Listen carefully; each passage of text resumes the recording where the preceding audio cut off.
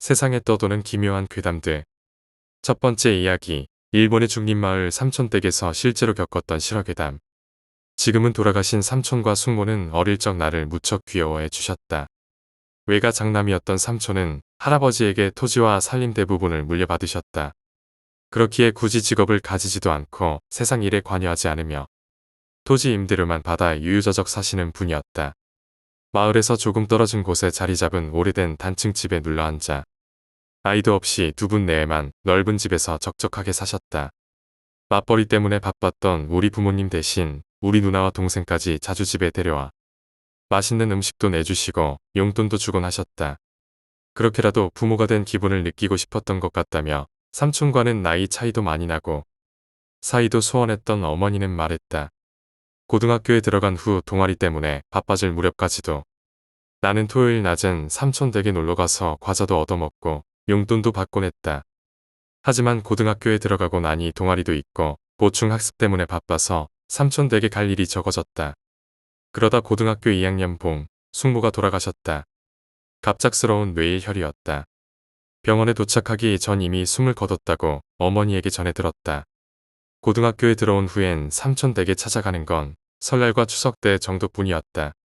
숙모 장례식 때문에 간만에 찾은 삼촌 댁은 완전히 황폐해져 있었다. 미닫이문은 너덜너덜하고 집안 전체가 퇴색된 느낌이었다. 빨랫감도 한켠에 가득 쌓여 있었다. 할아버지 때부터 집안일을 돕던 가정부가 있었을 텐데 싶어 여쭤보니 숙모가 돌아가시기에 얼마 전 나이가 많아 일을 그만뒀다고 했다. 삼촌, 괜찮으세요? 숙모가 돌아가신 일도 있고 생활 전반이 괜찮은지 여쭤보고 싶었다. 하지만 삼촌은 별 생각도 안 하는 듯 공허한 표정으로 아하고 대답하실 뿐이셨다. 단 한 사람 있던 가족을 잃은 삼촌의 낙담한 모습은 보는 이마저 애가 끊어질 정도였다. 아버지는 가정부를 백방으로 구했지만 모두 오래지 않아 일을 그만두고 떠나갔다. 최근에야 그 이유를 들었다. 중림 안에 있는 낡은 단칸집에 아무래도 사람이 아닌 무언가 있는 것 같아요. 어느 가정부가 말했다고 했다. 얼마간의 시간이 흘러나는 도쿄에 있는 미대에 진학하게 되었다. 고향을 떠나기 전 삼촌에게 인사를 하고 오라는 부모님의 말에 나는 고향을 떠나기 며칠 전 삼촌 댁으로 향했다. 간만에 찾은 삼촌 댁은 숙모가 돌아갔을 무렵 황폐해질 대로 황폐해졌던 모습은 온데간데 없고 깔끔해져 있었다. 나는 새 가정부가 일을 잘하나 싶어서 삼촌에게 물었다. 건강해 보이시네요. 새로 오신 가정부는 좋은 분인가 봐요. 삼촌은 읽던 책에서 눈도 떼지 않고 대답했다. 미타 씨는 무척 좋은 사람이었지만 가을이 되기 전 그만뒀단다. 집안은 먼지에 한 톨 없이 깨끗했고 빨랫감도 없었다. 삼촌이 스스로 하신 건지 식사는 어떻게 하고 계신지 궁금했지만 그럼 누가 이렇게 깨끗하게 청소를 해놓은 건가요? 라고 묻기엔 조심스러웠다. 그때 삼촌이 그러고 보니 너 숙모가 만든 튀김 좋아했었지. 냉장고에 남았으니 먹고 가거라. 내 의문에 답하듯 삼촌이 말했다. 삼촌은 코터치에 들어간 책에 눈을 돌린 채 고개도 들지 않는다. 표정으로 진이를 살필 수조차 없었다. 숙모가 만든 튀김이요? 그게 있어요. 나는 닫혀진 불단으로 눈을 돌리며 물었다. 어젯밤에도 왔었거든. 만들고 남겨놓은 다음 갔을 게다. 냉장고 한번 보거라.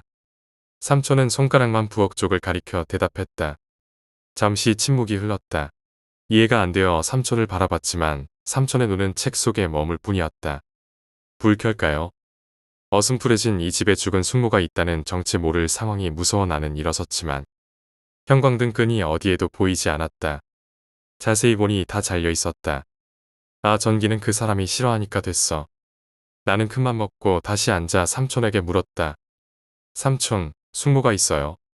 숙모가 어젯밤에 와서 튀김을 만들었어요. 만약 삼촌이 치매라면 부모님에게 연락해 제대로 된 조치를 취해야 할 터다. 만약 삼촌이 제정신이라도 무언가 이상한 일이 일어나고 있음은 틀림없었다. 삼촌은 처음으로 나를 보았다. 하지만 숙모는 돌아가셨잖아요 하는 의문을 내뱉으려다 삼촌의 얼굴을 보고 말을 삼켰다. 돋보기 안쪽, 삼촌의 공원 눈동자에 검은 저이는 쪼그라들어 있고 흰자는 노랗게 탁해져 초점이 어디인지조차 모를 지경이었다. 삼촌이 노망든 게 확실하다 여긴 나는.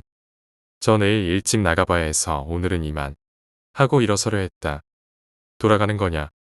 돌아가기 전에 저기 있는 반일용 사다리를 좀 가져다 주겠니? 접사다리요? 여기에다가요. 매일 저녁 숙모가 저기서 내려오는 게 힘들어 보여서 말이다. 삼촌은 불단 위 작은 벽장을 가리켰다. 죽은 숙모가 불단 위 작은 벽장에서 내려온다니 무슨 말인지 이해할 수 없었다. 삼촌은 탁한 눈으로 나를 바라보며 말을 이어갔다. 숙모는 말이다. 밤이 되면 저 벽장에서 나와 그 옆에 있는 삼나무 기둥을 타고 내려온단다. 삼촌은 벽장 옆 삼나무 기둥을 손가락으로 더쓰덧 가리켰다. 숙모는 1년 전에 돌아가셨어요 라는 말을 차마 꺼내지 못하고 있자 삼촌은 다 알겠다는 듯 말씀하셨다. 나도 태울 생각이었어. 하지만 말이다. 숨어 있었어. 저기에. 삼촌은 초점이 맞지 않는 눈으로 나를 바라보며 불단 위 벽장을 가리켰다. 나는 벽장을 올려다봤다. 낡아빠진 벽장 문은 닫힌 채였다. 매일 저녁 돌아오는데 그 삼나무 기둥이 번들번들하잖냐. 미끄러질 것 같아 큰일이야. 그래서 저기 사다리를 기대 세워놓아 주려는 게다. 삼촌은 내가 입을 열지 못하게 하려는 듯 계속해서 말을 이어갔다. 일단 여기서는 삼촌이 아무 말이나 하게 두고 난 한시라도 이 자리를 벗어나고 싶었다. 그리고 부모님에게 이 이야기를 해야겠다고 생각하며 나는 낡아빠진 접사다리를 들고 와 삼나무 기둥 옆에 세우고 도망치듯 삼촌 댁에서 빠져나왔다. 시간은 이미 5시를 지나 어슴푸레했지만 삼촌은 거실에 불도 켜지 않은 채 의자에 앉아 낡은 책을 넘기고 계셨다. 집에 돌아온 후 나는 부모님에게 모든 것을 털어놓았다. 삼촌을 요양시설에 보내야 하지 않겠냐고 말했지만 아버지도 곤란한 표정을 지을 뿐이었다. 벌써 여러 번 가정부를 들이자고도 말했고 요양원에 가는 건 어떠냐고도 말했는데 전혀 말을 듣지 않으셔. 가정부를 부르는 돈도 우리 집에서 내다 보니 그 돈도 만만치 않다는 푸념도 뒤따랐다. 숙모가 돌아왔다고 하는 망상은 어머니도 들어서 이미 알고 계신다고 했다. 결국 어머니가 종종 찾아가 상태를 보고 오겠다는 정도로 그 이야기는 마무리되었다. 그리고 또 몇 년이 흘러 어느 봄 삼촌이 돌아가셨다. 의자에 앉아 조용히 숨을 거두신 걸 우체부가 발견했다고 한다. 그날 연락을 받고 오후에 삼촌 댁에 달려가니 이미 삼촌은 편한 얼굴로 관에 들어가 불단 옆에 누워 계셨다. 불단 옆 삼나무 기둥에는 몇 년 전 내가 세워뒀던 접사다리가 그대로 서 있었다. 지금이라면 불단 위 벽장 안을 들여다볼 수 있겠다 싶어 문득 호기심이 들끓어 나는 접사다리에 다가갔다.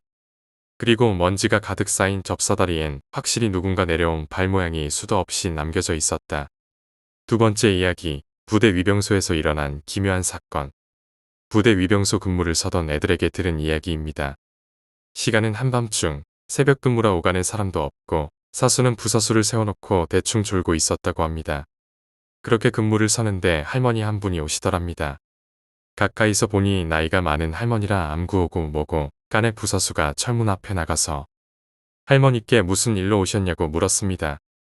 할머니가 말씀하시길 자기가 요 근처 사는데 젊은 사람들이 나라 지키느라 고생 많다며 바나나 하나씩 먹으라며 바나나를 검정 비닐봉지에 담아 내미시더랍니다. 그래서 이런 거 근무 중에 먹으면 안 된다고 부사수가 말했더니 할머니가 그래도 먹으라며 통 사정사정 하시더래요. 부사수는 그래도 안 된다고 달래고 달래다 지쳐갔는데 할머니는 막무가내셨어요. 그러다 갑자기 할머니가 이러시더랍니다. 그럼 철창 사이로 살짝 줄 테니 이거라도 몰래 먹고 근무 서라고. 먹는 거 보면 자신도 마음 편히 가겠다고. 부사수는 알겠다 하고 이거 먹으면 바로 사기인 거라며 바나나를 받아들고 입에 넣었습니다. 그런데 갑자기 무언가가 뒤통수를 세게 후려갈겨서 부사수는 휘청거리며 앞으로 쓰러졌답니다. 깜짝 놀라 뒤를 돌아보니 사수가 씩씩대며 소총 개머리판으로 다시 한번 찍어내릴 자세를 하고 있었습니다. 상병님 왜 이러시냐고 뭐 먹으면 안 되는 거긴 하지만 이럴 정도는 아니지 않냐며 따지니 사수가 그러더랍니다. 네 방금 총 물고 뭐하는 짓이야. 나중에 위병소 CCTV를 돌려보니 이러하더랍니다. 아무도 없는데 부사수가 정문으로 걸어나가더니 한참을 뭐라고 대화하듯 중얼거렸고 그러다가 갑자기 소총을 입에 물었는데 그 순간 잠에서 깬 사수가 깜짝 놀라 뒤통수를 개머리판으로 찍은 겁니다. 너 그때 기억나냐고 사수가 묻자 부사수는 덜덜 떨며 할머니 이야기를 하더랍니다. 카메라에는 아무것도 찍히지 않았지만요. 세 번째 이야기, 장례식장에서 겪은 낭만 같은 일. 꿈속에서 나는 장례식 초대장을 받았다. 그것이 누구의 장례식인지는 알 수 없었다. 하지만 일단 가보기로 했다. 그 집에 가보니 나처럼 초대받은 사람들이 집 앞에 길게 한 줄로 서 있었다. 왜 이렇게 줄을 서 있는 것인가 싶어서 맨 앞을 보니 어째서인지 집 앞에 개찰구가 있었다. 모두 한결같이 그 개찰구에 초대장을 넣고 집 안으로 들어가고 있었다. 우편함 옆엔 그 집 사람으로 보이는 검은 옷을 입은 긴 머리의 여자가 서 있었다. 여자는 개찰구를 지나가는 사람들을 향해 허리를 깊게 숙여 인사하며 감사합니다. 라고 되풀이하고 있었다. 드디어 내 차례가 오고 다른 사람들처럼 개찰구에 초대장을 넣었다. 딩동 하더니 개찰구의 문이 닫혔다. 왠지 초조해졌다. 그리고 옆에 있던 여자가 내 팔을 꽉 움켜쥐고는 나를 노려보기 시작했다. 그 여자의 눈은 사람의 눈이 아니었다. 뱀 같은 눈이었다. 완전히 겁에 질린 내게 그 여자는 무서운 얼굴을 한 채 입을 열었다. 드디어 찾았다. 그리고 난 벌떡 일어났다. 하지만 심장은 미친 듯이 뛰고 있었다. 꿈은 여기서 끝났다. 하지만 귀신을 자주 본다는 A라는 친구에게 이 이야기를 내 방에서 해준 적이 있다. 문득 친구를 놀라게 해줄 생각으로 겁에 질려 일어나 문득 옆을 봤더니 그 여자가 서 있었어. 이렇게 농담을 했다. 그러자 A는 진지한 표정으로 방구석을 가리키며 말했다. 알고 있어. 지금도 그 여자 저기 서서 널 노려보고 있어. 네 번째 이야기. 신주쿠 아파트의 기묘한 전단지. 바로 지난달에 겪은 일이야. 집에서 1시간 거리에 있는 회사에 취직이 되어서 될 수 있으면 회사에서 가까운 곳으로 집을 옮기려고 찾고 있었어. 수산물을 취급하는 회사라 새벽 3시부터 일해야 했으니까 회사에서 가까운 곳에 살면 조금이라도 출근 시간을 줄여 더 자기 위함이었어. 근처의 슈퍼에 들렸다 돌아오는 길에 문득 전봇대에 붙어있는 전단지가 눈에 들어왔어. 입주자 모집. 아마 주인이 직접 써 붙여놓은 듯한 전단지였지. 보증금과 사례금 일체 없음. 월 25,000엔. 일본은 전세 개념이 없고 월세를 얻을 때 보증금이나 중개수수료 외에도 집주인에게 일정의 사례금을 준다고 합니다. 집을 빌려줘서 고맙다는 의미라고. 게다가 회사에서도 아주 가까워서 이거다 싶어서 핸드폰으로 전화를 걸었어. 몇 번인가 통화 연결음이 들리더니 갑자기 끊겨버리는 거야. 뭔가 싶어서 고개를 갸웃거리고 있는데 핸드폰이 울리기 시작하는 거야. 놀라서 핸드폰을 보니 방금 걸었던 집주인의 번호였어. 여보세요. 광고지 보고 전화드렸는데요. 그러세요? 그럼 집 보러 오실래요? 언제가 좋으세요? 집주인은 밝은 목소리 톤에 중년 남자로 친절하고 굉장히 신사적인 목소리였어. 어쩐지 조금 안심이 되어 다음 주 일요일에 방을 보러 가겠다고 약속했지. 그날 밤 난 배가 너무 아파서 한밤중에 깨어났어. 극심한 복통으로 숨도 잘 쉬지 못할 정도라 부모님이 구급차를 불렀지. 실려간 병원에서는 급성 위장염 진단을 받아서 한 달 동안 입원하게 됐어. 회사에 입원하게 되었다고 하니 바로 잘리고 말았어. 작은 회사였으니 어쩔 수 없다 생각하고 입원한 지 일주일 정도 지났을 때 집에 두고 왔던 휴대폰이 자꾸 신경 쓰여서 엄마에게 부탁해 가져와 달라고 했어. 병실 안에서는 휴대폰을 쓸 수 없어서 밖으로 나와서 휴대폰을 켜봤더니 부재중 전화가 30건이 와 있는 거야. 통화 목록에는 가득한 부재중 전화를 보며 누구인지 확인해봤더니 거의 모든 부재중 전화는 집주인 거였어. 음성 메시지까지 와 있더라. 엄청난 양의 메시지가 남겨져 있었어. 그러고 보니 일요일에 집을 보러 가겠다고 약속했네 생각이 드는 거야. 그렇다곤 해도 너무 과하다 싶은 생각이 들었지만 내가 어쨌든 약속을 어겼으니 일단 연락해 보기로 했어. 난 내가 입원하게 된 것과 회사에서 잘린 이야기까지 하며 집을 더 이상 얻을 필요가 없어졌다고 이야기했는데 집주인은 어이없게도 그러셨군요. 그러면 퇴원하는 대로 집 보러 와주세요. 네. 이제 집을 구할 필요가 없어졌습니다. 그래도 정말 좋은 집입니다. 아니요. 됐습니다. 그럼 다음에 뵙죠. 말이 안 통하는 거야. 집주인은 그 뒤로 퇴원하고 나서도 계속해서 끈질기게 전화를 해댔어. 처음에는 집을 얻을 필요가 없어졌다니까요. 라면 아름 정중하게 전화를 끊었지만 아무리 말해도 전혀 말이 통하지 않고 아예 말까지 안 통하니 나중엔 아예 전화를 안 받았어. 한밤중에까지 전화가 와서 수신 거부 설정을 해놨더니 다른 전화번호로까지 전화를 하는 거야. 너무 화가 나서 전화를 받아서는 그만 좀 하세요. 라고 고함을 쳤어. 그러자 보기만 해도 좋으니 한 번만 집을 보러 와주세요. 결국 난 끈질김에 지고 말았어. 그래서 일단 집을 보러 가기로 한 거야. 무엇보다 이 정신 나간 아저씨를 직접 보고 뭐라 하고 싶었어. 다음 날 전단지에 써있던 주소로 찾아갔어. 꽤 오래전에 건축되었다고 했는데 그 아파트는 전혀 낡아 보이지 않았어. 얼마나 후진 집이길래? 라고 상상했던 난 어쩐지 한 방 먹은 듯한 얼굴로 아파트를 올려다보고 있었어.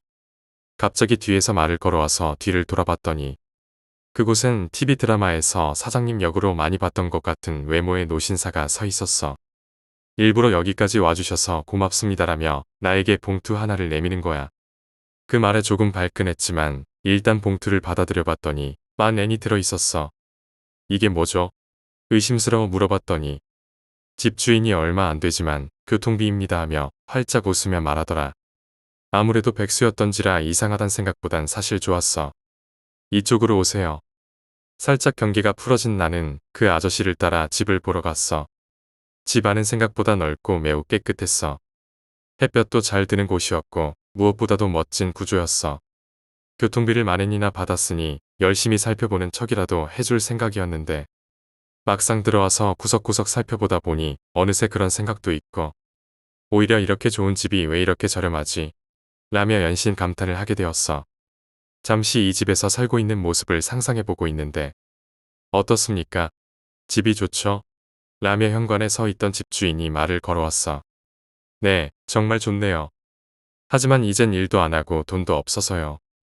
다음에 기회가 된다면 부탁드릴게요. 라고 했더니 돈은 됐으니 그냥 여기서 살아주세요. 이 집은 당신이 마음에 드나 봐요.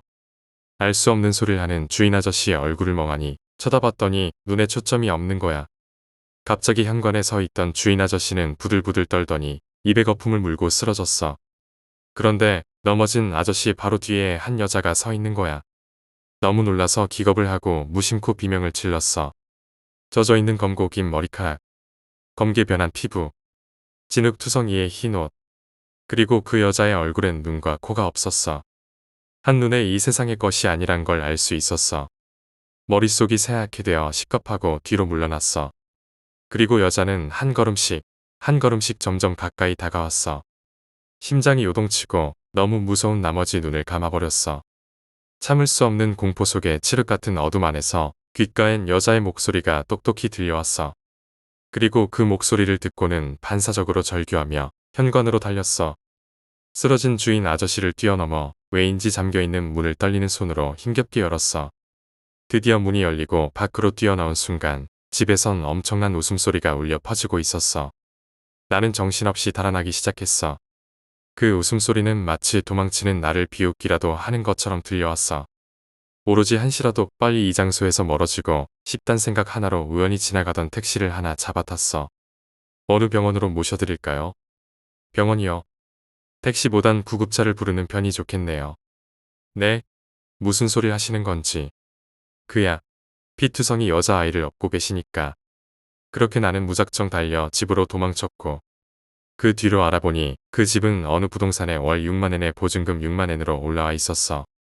집주인에게 전화를 해봤지만 몇 번을 해봐도 다른 사람이 전화를 받더라. 상대방이 장난전화 작작해 라며 고함까지 쳤어. 어이가 없어서 전에 그 번호로 집주인이 걸어왔던 음성 메시지를 들어봤어.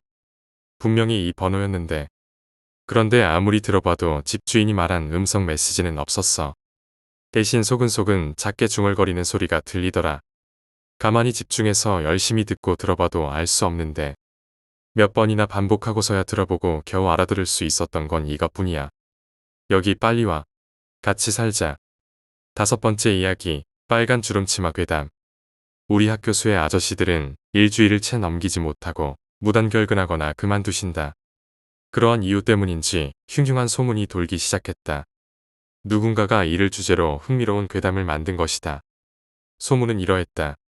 밤마다 학교 1층부터 3층까지 빨간색의 무릎까지 오는 주름치마를 입은 하반신. 그 하반신만 덩그러니 있는 귀신이 또각또각 구두 소리를 내며 어두운 복도를 걸어다닌다. 그로 인해 수의 아저씨들이 밤마다 공포에 떨고 그만둔다는 소문이었다. 나는 누군가가 지어낸 소문일지라도 이런 괴담을 좋아했다. 그리고 우리 반에서 흉가 체험을 좋아하던 친구 A가 있었다. 나와도 같은 취향이라서 둘이 있으면 괴담 이야기로 가득해진다. 이 소문을 듣고 가만히 있을 우리가 아니었다. 우리는 위험한 저택을 스릴 있게 탐험하고 싶었다. 그 무대는 우리 학교였다. 나와 A는 이 이야기로 들떠 있었다. 한밤중 우리도 게임 속 주인공처럼 흩어져서 괴물체가 있는지 탐험해보자며. 유치하지만 그런 설정이 우리 취향이었다. A가 알고 있는 다른 반 아이 B도 합류했다. 그 아이는 그저 A와 친했기에 합류했다. 그렇게 우리 셋은 밤을 기다렸다. 학교 건물 정문 앞에 들어선 시간은 10시 30분. 외곽선을 등지고 있는 학교라 그 시간에는 수의실을 제외하고는 달빛에만 의존해야 했다. 우리는 두려움 반 설렘 반이었고 소문의 진상을 확인해보고 싶었다. 물론 헛소문이라지만 우리를 흥분시키기엔 딱이었다. 우리의 다크호스 B는 준비성이 대단했다. 어디서 구했는지 장난감 무전기를 가져왔다. 실제로 작동이 되고 아이들 용인지라 거리는 40m밖에 되지 않았다. 아쉬운 점은 무전기가 2개라는 것이었다. 일단 그 무전기는 B가 하나, 내가 하나 가지기로 했다. 서로 아직 안 친한 우리를 배려한 것이었다. 우리 학교는 50년이 된 중학교로 층마다 7개의 교실이 있다. 잡다한 공간을 제외하고 말이다. 나는 3층, 무전기가 없는 A는 2층, B는 1층을 탐색 후 학교 중앙 계단 2층으로 모이기로 했다. 학교 문은 잠겨 있었지만 이때를 대비해 교실 창문에 종이를 껴두었다. 수의 아저씨가 혹시나 열린 창문을 닫을지도 모르니 말이다. 학교 내로 침투한 우리는 온갖 게임 속에 주인공 마냥 빠져 몰입했다. 나는 집에 있던 비비탄 총 블록을 꺼내 들고 재빨리 3층으로 향했다. 무전기 감도도 확인했고 B 또한 정확한 목소리로 감도를 확인해줬다. 첫 번째 교실의 문을 살짝 열고 교실 내부를 둘러보았다. 3학년 선배들의 교실 수업 풍경이 상상이 되었다. 두 번째 교실 또한 평범했다. 그리고 세 번째 교실로 들어가려는 순간 교실 안을 슬쩍 창문 너머로 봤는데 긴 머리에 하얀 셔츠를 입은 여성이 칠판을 손톱으로 긁고 있었다. 이런 극단적인 상황에 멘탈이 붕괴되어 이곳을 벗어나고 싶었다.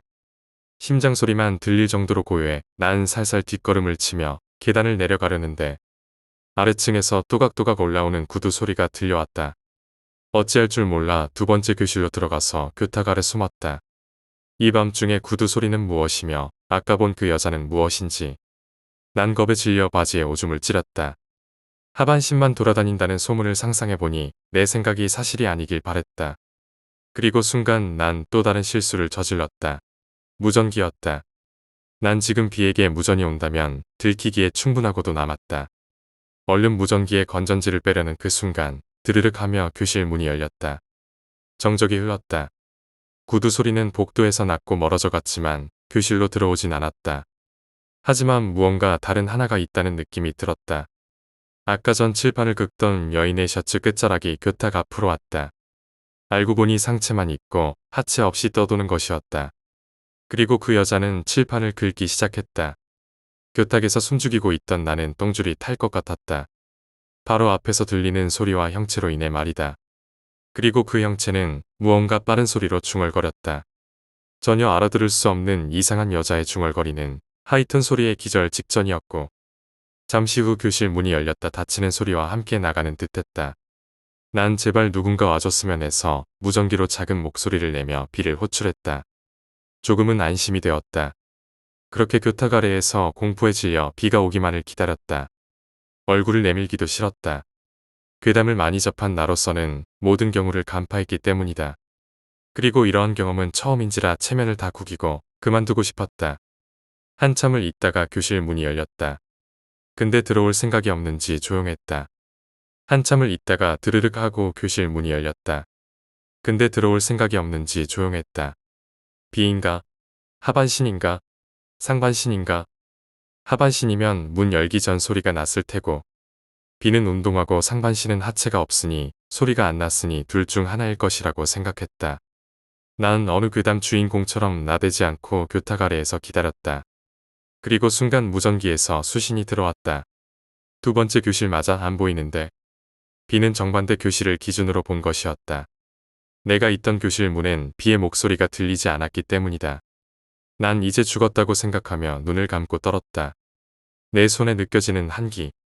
오직 감촉만으로도 공포가 극에 달했다. 그리고 그 손이 나의 얼굴을 가린 손을 빼내며 여기서 뭐해?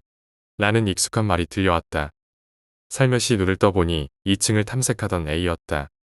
바지에 오줌을 지려 울고불고 있는 나의 추한 모습을 본 A는 당황했고 집에 가자 라며 우리 셋은 모여서 귀가했다. 내가 겪은 일을 말했지만 A와 B는 좋은 괴담 소재네 라며 농담으로만 받아주었고 못 믿겠다는 반응이었다. 그리고 어느새 사회인이 되어 추억이 되었던 그 일을 떠올려도 도대체 내가 그날 보고 들은 건 무엇인지 생각에 잠기게 된다. 6번째 이야기, 깊은 산속 폐가에서 벌어진 기묘한 사건. 할머니 댁은 꽤 깊은 산골에 있는 마을입니다. 집들이 여러 채 모여 있었는데 그중 맨 왼쪽에 유독 딱 한 집만 다른 집들과 멀리 떨어져 있었어요.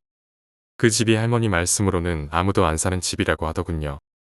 어느 날 사촌 동생 3명이 놀러 왔는데 걔들과 어릴 때 이야기를 하다가 그 폐가가 무서워서 근처에도 못 갔던 이야기를 했습니다. 그러니 B라는 사촌 동생이 난 지금 가라면 지금이라도 갈 수 있어 라고 자존심을 세웠고 그때 시간이 밤 11시를 넘어가고 있었습니다. 그래서 술도 한잔했겠다 다 같이 가보기로 했습니다. 그런데 옆에서 우리 이야기를 듣고 계시던 할머니가 장정 5시면 괜찮을란가? 모르겠네. 그래도 갈 거요. 하시길래 갈 수 있다고 했습니다. 그 길로 저와 제 친동생, 사촌 동생 셋, 총 5명이서 손전등 하나를 들고 폐가로 향했습니다. 어렸을 땐 무서워서 근처도 못 갔는데 막상 가려니 꽤 멀더라고요. 근데 아무리 멀다 해도 가도 그 길만 나오길래 길을 잃었나 싶었습니다. 그러던 중 저 멀리서 어르신 한 분이 호미를 들고 걸어오시는 게 보였습니다. 그래서 저희는 그분께 여쭤보았습니다. 저 어르신, 여기로 쭉 가면 사람 안 사는 그 집 나오는 거 맞죠? 라고 하니 그분이 저희를 의아한 눈빛으로 쳐다보시면서 자네들, 거긴 함부로 가는 곳이 아냐.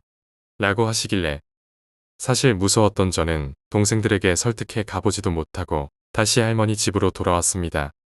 다시 집으로 가니 할머니가 너희들 어째 이리 일찍 왔냐 하시길래 저희가 가던 도중 한 어르신을 만났고 어르신이 가지 말라고 해서 안 갔다고 말씀드리니 할머니가 이러시더라고요.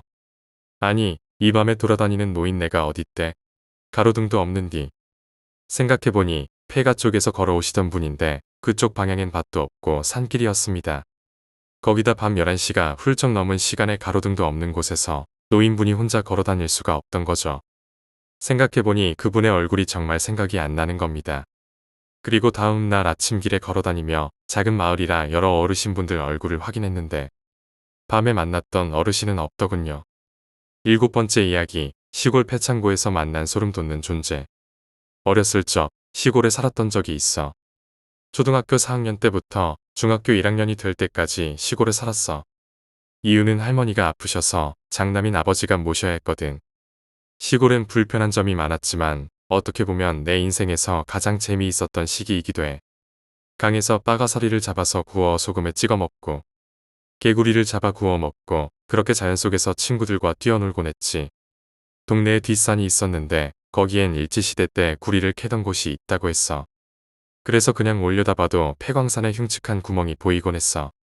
별로 높은 산도 아니고 그냥 평범한 동네 뒷산이었는데 그곳에 우리는 박스와 헝겊으로 막사를 지어서 비밀기지라면서 안에 들어가서 만화책을 보고 놀곤 했지. 그런데 아무래도 재료가 재료인지라 비만 오면 무너져서 마음이 아팠지. 그러던 어느 날 그곳을 발견했어. 시멘트와 슬레이트 지붕으로 만들어진 조그만 2평 정도 되는 창고였어. 창고라기엔 그냥 디귿자로 벽을 쌓아놓고 그 위에 지붕만 얹은 정도였어. 안엔 비료포대와 지푸라기, 돌더미가 좀 쌓여 있었어. 그걸 발견한 친구 셋과 나는 지금 생각하면 섬뜩했던 그곳을 그땐 몰랐던 폐가 같은 개념이 없어서 우리들만의 비밀기지가 생겨서 무작정 좋았어. 돗자리를 깔고 그 좁은 곳에 옹기종기 모여 앉아있으면 뭐가 그리 재미있는지. 어느 여름날 호랑이비라고 해서 밝은 햇빛 사이로 구름으로 비가 오는 이상한 날이었어. 친구 집에서 게임하다가 비가 그치고 심심해서 그 비밀기지가 생각이 났어. 우린 비가 그친 찝찝한 그 날씨에 옷 다 버려가면서 등산을 시작했어. 지금이라면 돈 줘도 안 할 짓인데 말야. 기지에 올라가다가 갑자기 화장실이 가고 싶어서 난 조금 뒤처졌어. 도착할 때쯤 친구 한 명이 소리를 지르는 거야. 이건 또 무슨 장난인가 싶었어. 따라가 보니 그 친구 한 명이 기지를 쳐다보며 멍하니 서 있기에 나도 그쪽을 쳐다봤어. 그랬더니 친구 한 놈이 기지 안쪽에서 까만 치마 같은 걸 두르고 엉덩이를 흔들고 있는 거야. 꼭장구처럼 엉덩이를 흔들흔들. 그리고 까만 치마는 하와이의 나뭇잎 치마처럼 살랑살랑거리고 말야. 난 그 모습이 마냥 웃겨 뭐 하냐면서 쫓아갔어. 근데 조금씩 가까워질수록 친구가 아니란 걸 깨달았어. 그리고 그게 시야에 완벽하게 들어왔을 때 알아차린 거야. 친구가 까만 치마를 걸치고 훌라춤을 추는 게 아니라 하얀 옷을 입은 여자가 물구나무를 서서 긴 머리를 양쪽으로 미친 듯이 흔들고 있었다는 걸. 까만 치마가 아니라 긴 머리카락이었던 거야. 난 온몸에 소름이 돋고 닭살이 돋아 뒤로 자빠지고 구르면서 어떻게 뒤로 갔는지 멍하니 서 있던 친구에게 달려갔어. 친구는 엉엉 울고 있었어. 나보다 좀 더 시력이 좋았던 거야. 울면서 딱딱하게 굳어서는 오줌까지 싼 친구를 껴안고 구르다시피 산을 내려왔어. 내려오는 도중 안 보였던 친구 한 명이 기절해 있는 걸 보고 난 친구가 죽은 줄 알고 펑펑 울었어. 알고 보니 한 놈이 도망치다가 발목이 삐끗하고 산에서 굴러서 도망을 못 치니 공포감에 기절했던 거야. 한 놈은 그걸 보고 비명을 지르고 딱딱히 굳어버렸던 거고. 그 이후로는 그 산의 근처도 안 가게 되었어. 아직까지도 그 친구들과 만나면 그 이야기는 차마 말도 못 꺼내. 그 얘기는 암묵적으로 금기어가 되었거든. 옛날에는 어린아이들이나 처녀가 요절해도 제대로 무덤에 매장할 형편이 안 되거나 하면 도깨비 무덤이라고 해서 작은 돌무덤에 매장했다고 해. 지금 생각해보면 그 폐창고에 있었던 게 도깨비 무덤이 아닐까 하는 생각이 들곤 해. 무덤 훼손을 막기 위해 시멘트랑 지붕으로 막아준 거겠지.